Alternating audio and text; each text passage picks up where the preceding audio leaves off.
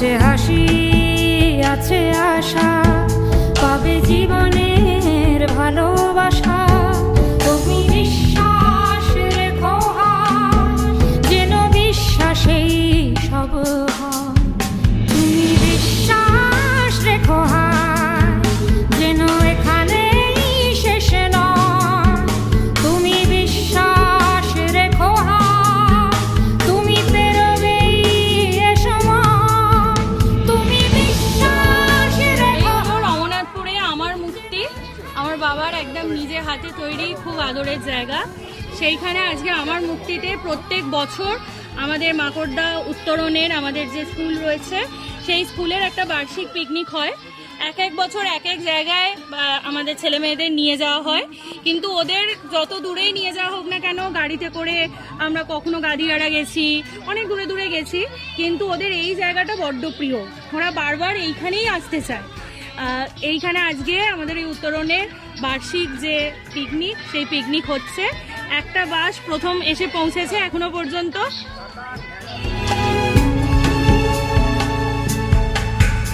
আছে তোমার যত কথা, আছে তোমার যত ব্যথা, আছে নিশ্চুপ যত রাত আর দিনভর নীরবতা।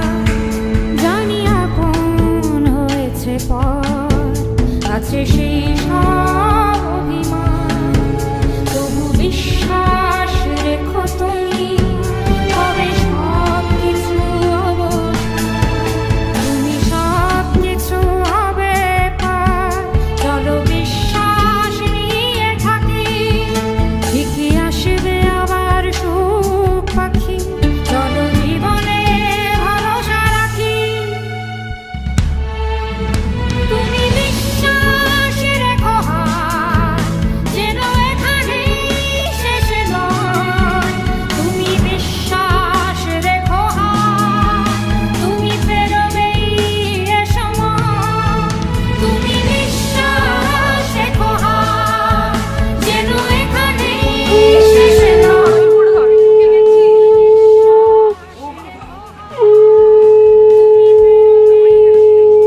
সাইডে যাই।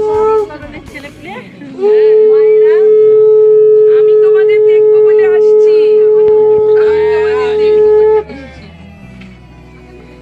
যে কাজ করছেন আপনারা,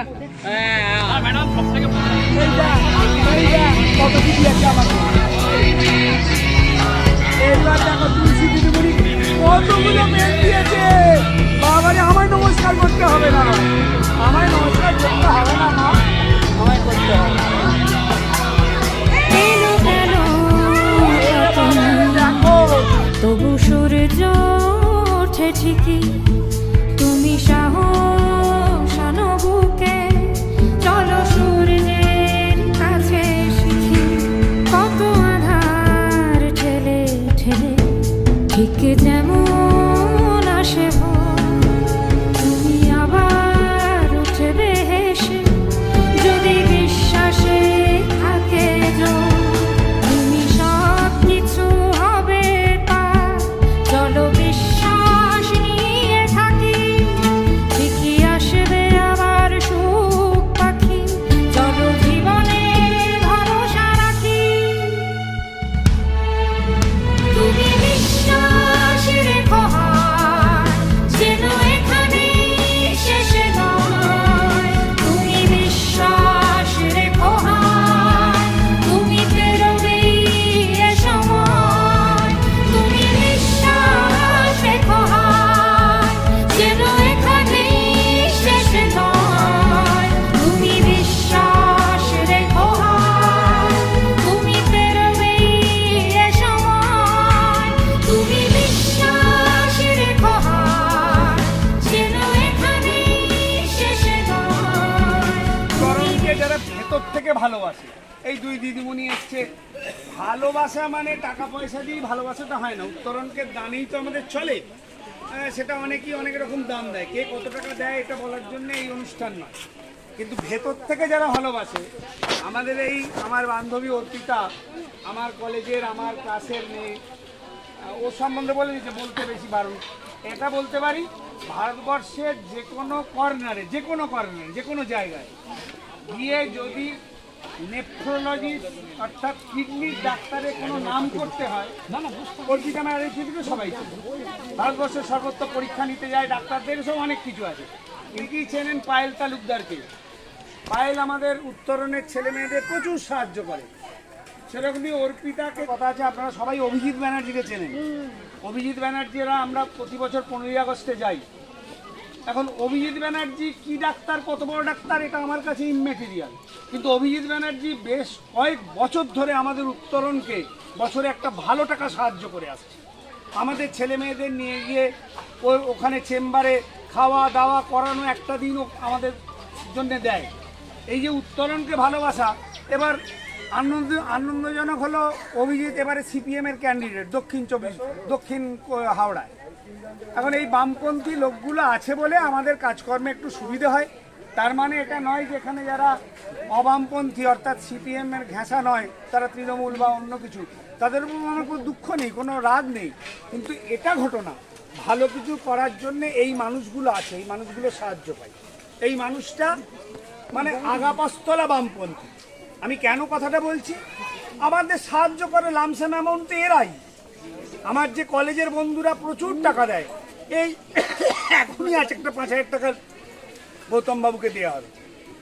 কল্যাণ বলে একটি ছেলে আছে, আমাদের এত রকম সাহায্য করে, সেটা এই লোকগুলো আছে বলে। আর সব থেকে বড় কথা, আমাদের উত্তরণকে ওরা ভালোবাসে।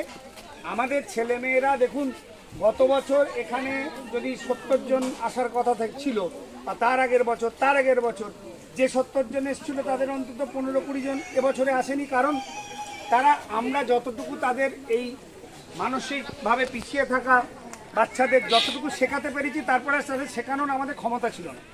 এবং আমাদের স্কুলের ক্যাপাসিটি ভীষণ কম। এই স্কুলের ক্যাপাসিটি কম হওয়ার জন্য তাদেরকে ছেড়ে দিতে হয়েছে, নতুন আবার 10-15 জনকে নিতে হয়েছে। তাহলে এই যে 10-15 জন, আবার হয়তো আগামী বছর যারা একটু উন্নতি করবে, যারা একটু পড়াশোনা ভালো করতে পারবে, জেনারেল স্কুলে আমরা পাঠাতে পারবো, তাদের দিয়ে আবার নতুন ছেলে মেয়েদের নিতে হবে, তাদের ছাড়তে হবে। আর এটা আমি বলতে চাইছি, উত্তরণ একটা এমন সংস্থা যেটা হাওড়া জেলায় তো নেই, সারা পশ্চিমবঙ্গে বিরল একটা জায়গা। যারা আমাদের বাবা মারা একটু ওয়েল টু ডু, যারা জানেন একটা স্পিচ থেরাপি করাতে কত টাকা লাগে, একটা অকুপেশনাল থেরাপি করাতে কত টাকা লাগে, একটা স্পেশাল এডুকেশন স্কুল চালাতে দিদিমণিদের মাইনে কত টাকা লাগে, তাহলে সেটা ফ্রি অফ কস্টে সারা বছর ধরে যে মানুষগুলো করছে, সেই মানুষগুলোর মধ্যে এরা পিছনে আছে। গৌতম বাবু, শ্রুতি, আমাদের সমাধি, প্রতিমাদি তো চলে গেছেন, যারা আছেন তারা না থাকলে এটা হতো না। আমি খালি একটাই কথা বলতে চাই, সারা ভারতবর্ষ পশ্চিমবঙ্গ জুড়ে যেসব কাণ্ড কারখানা চলছে, আমি গর্ব করে, আপনারা জানেন কি আমি বুক ভরে লিখি, আমার জাহানারা সরস্বতী পুজোয় পুষ্পাঞ্জলি দেয়, আমার মুসলিম বাচ্চারা তাদের মায়েরা সরস্বতী পুজোয় যেমন থাকে, রথ টানায় থাকে, সেরকম ঈদের আগে আমাদের রমজান মাসের মধ্যে ইফতারে, আমাদের মুসলমানদের ইফতারে আমার হিন্দু ছাই করে। সারা ভারতবর্ষের ব্যতিক্রম।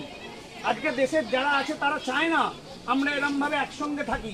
আজকে সমাধির পাশ থেকে জাহানারা তুলে খায়। এই যে একটা অদ্ভুত মানবিকতা, এই যে আপনারা একটা ছাতার তলায় আসতে পেরেছেন, একটা জিনিস এই মায়েরা বুঝতে পেরেছেন, আমরা কেউ একা নয়। আমাদের মতো সমস্যা অনেক মানুষের আছে, আমরা পরস্পরের ভাগ করে নিই। আমি তো দিনের পর দিন দেখেছি, একটা বাচ্চা পায়খানা করে ফেললে কে পরিষ্কার করছে? অন্যের মা করছে। একটা বাচ্চা যদি একটা মায়ের চুল টেনে ছিঁড়ে দেয়, আর একটা মা কিচ্ছু বলে না, জানে আমার ছেলেটা এরকম। এই যে সুখের সুখে দুঃখের দুঃখ করতে পারার জন্য একটা প্ল্যাটফর্ম তৈরি হয়েছে, একটা স্কুল তৈরি হয়েছে, একটা স্টেজ তৈরি হয়েছে, এটাই আমাদের যতটুকু করতে পারা হয়েছে সেটাই করবে। আর আমাদের এখানে হ্যাঁ একটু ঠান্ডাকালে করতে পারলে ভালো হতো।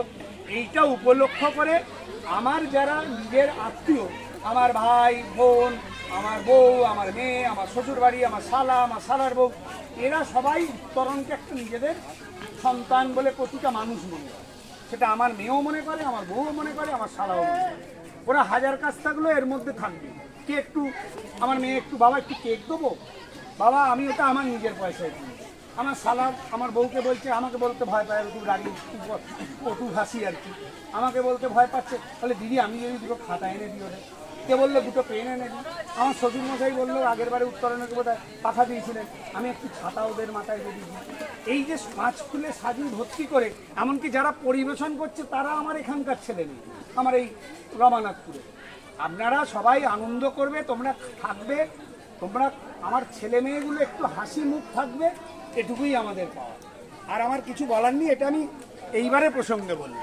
বন্ধু তোমার চোখের মাঝে চিন্তা খেলা করে, বন্ধু তোমার কপাল জুড়ে চিন্তা লোকের ছায়া, বন্ধু তোমার নাকের ভাঁজে চিন্তা নামের কায়া, বন্ধু তোমার চোখের মাঝে চিন্তা খেলা করে, বন্ধু তোমার কপাল জুড়ে চিন্তা লোকের ছায়া।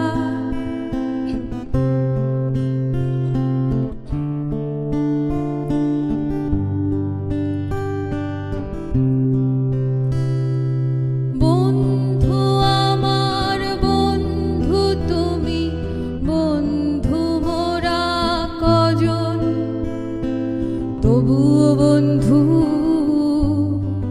মন হলো না আপন, বন্ধু আমার বুকের মাঝে বিসর্জনের ব্যথা, বন্ধু তুমি অমন করে যেও না আর একা, বন্ধু আমার বুকের মাঝে বিসর্জনের ব্যথা, বন্ধু তুমি অমন করে যেও না আর একা, বন্ধু আমার মোরা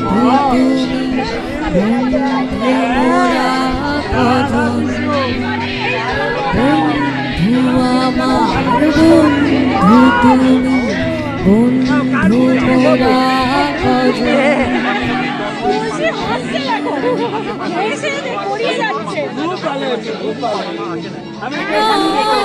আপন